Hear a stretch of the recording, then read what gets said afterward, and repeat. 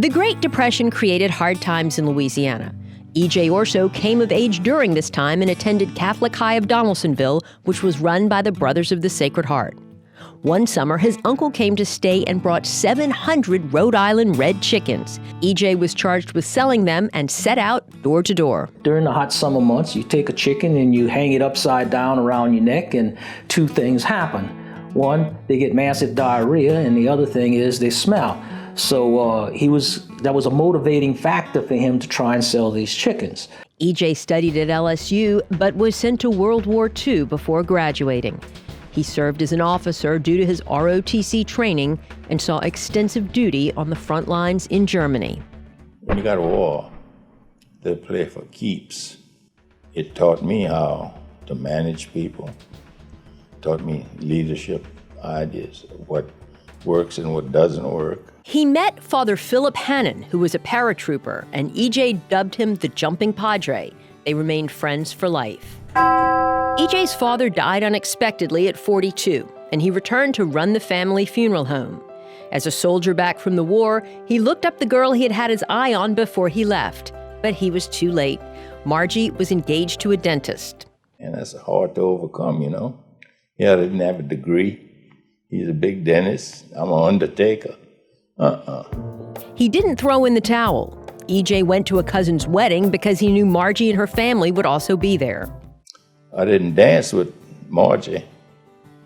I danced with all her aunts to see how my stock stood, okay? The good news was that Margie was not in love. However, her aunts said it was too late because they'd spent dozens of hours embroidering the towels. Then, an idea was born. His name was Frank Hood, F.H. on all the wedding stuff, or whatever they do. And then she said, I'm gonna take that F and add a line to it, make an E out of it. And that H, I'm gonna take out the middle line and put a line at the top and the bottom. And so F.H. will be E.O. If my name had been Winston Churchill Jack Kennedy, wouldn't have made it. Wouldn't have made it. Luck of the Irish. Mama was the rock, a solid rock. You know, Daddy, he built steps that made him what he was, but Mama was there for us all the time. Everything he did with work, with the community, he would talk to her about it, and the decision was sort of mutual. In 1948, E.J. and Margie started Security Industrial Insurance and soon operated out of this building with no paint and no sign. He liked to always go by the saying that I like to put my money in the racehorses, not the stables. Racehorses being his insurance, his salespeople, he would give them some nice pay contracts for producing insurance. He read a business book every night and decided to expand his business. So in the 70s and 80s, we considered that to be our go-go period, if you will.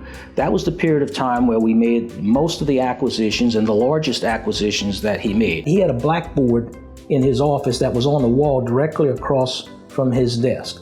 And the blackboard said, E.J., you've made X number of acquisitions. When will you make number so-and-so? He built a business that included funeral homes, cemeteries, flower shops, and life insurance companies and a limousine company, all vertically integrated. Everything he did in the way of his business was like a teaching moment for us. He always wanted us to understand why he did the things he did. E.J. took an interest in a young chef who was also from Donaldsonville. You can't imagine how many dinners I sat at his house being invited on a Sunday night with a phone call. John, I got a lot of food. Come on over here and eat with us. And realized that that was the best business college I could have ever sat in without tuition. He was generous that way. He was tough.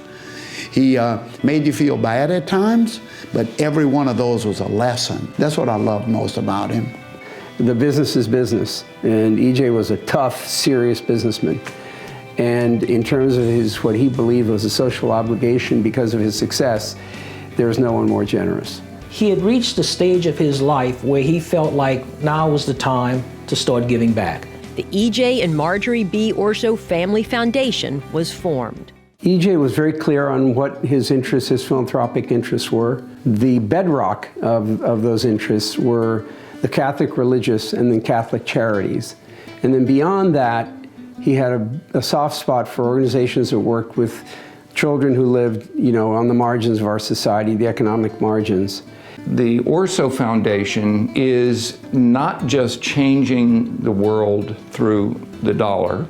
In our case, it's young people. We're focused on how do we form young people? How do we form them to make them not just personally successful, but successful so that they can also make a difference in the world. He decided that he wanted to make a significant contribution to the LSU because that was his alma mater. So he contributed a $15 million gift to the LSU Business College, which in turn was named after him. Education meant a lot to E.J., and his legacy is very strong and enduring and will stay on forever. E.J. is smiling down on our sales students. I was on the stage with him for many graduations where he gave each of our students a green pen. It was in green ink, the color of money. E.J. decided to tell his story and wrote a book. Reading it will tell you that winning at business was important to E.J., but it wasn't everything. I don't think he looked at success in dollars and cents. His success was able to help others. If our graduates leave knowing that God loves them, that is what success is in a Brothers of the Sacred Heart School. I think Mr. Orso would be proud that that is how we judge success. I think this recognition would be an affirmation for E.J. E.J., job well done. I think he'd be proud. He would be excited, probably acknowledge he didn't get where he is on his own. He had a great team. I wish that people today, instead of grabbing everything and I want, they ought to try giving and give it to other people that need it. That's what he did. As a family, I guess we thank Baton Rouge and the Baton Rouge Business Report for seeing the good that they did in the community and still do today. He is here, and he's watching down. And he did everything because it was the right thing to do. I think he'd be honored beyond honor to be getting this award. But at the end of the day, like every other award he probably got, he probably figured somebody else deserved it more. But he did everything to earn it. And I'm so glad he's being recognized with it. He would be very excited about it, but he wouldn't say it. A survivor of the Great Depression, a veteran officer of World War II, a devoted husband and father who taught himself business, built an empire of family-owned businesses, and put his money where his heart was, never missing the chance to help those in need. A great storyteller who was proud of his roots as the Chicken Man. It is with great honor that E.J. Orso is inducted into the Baton Rouge Business Hall of Fame.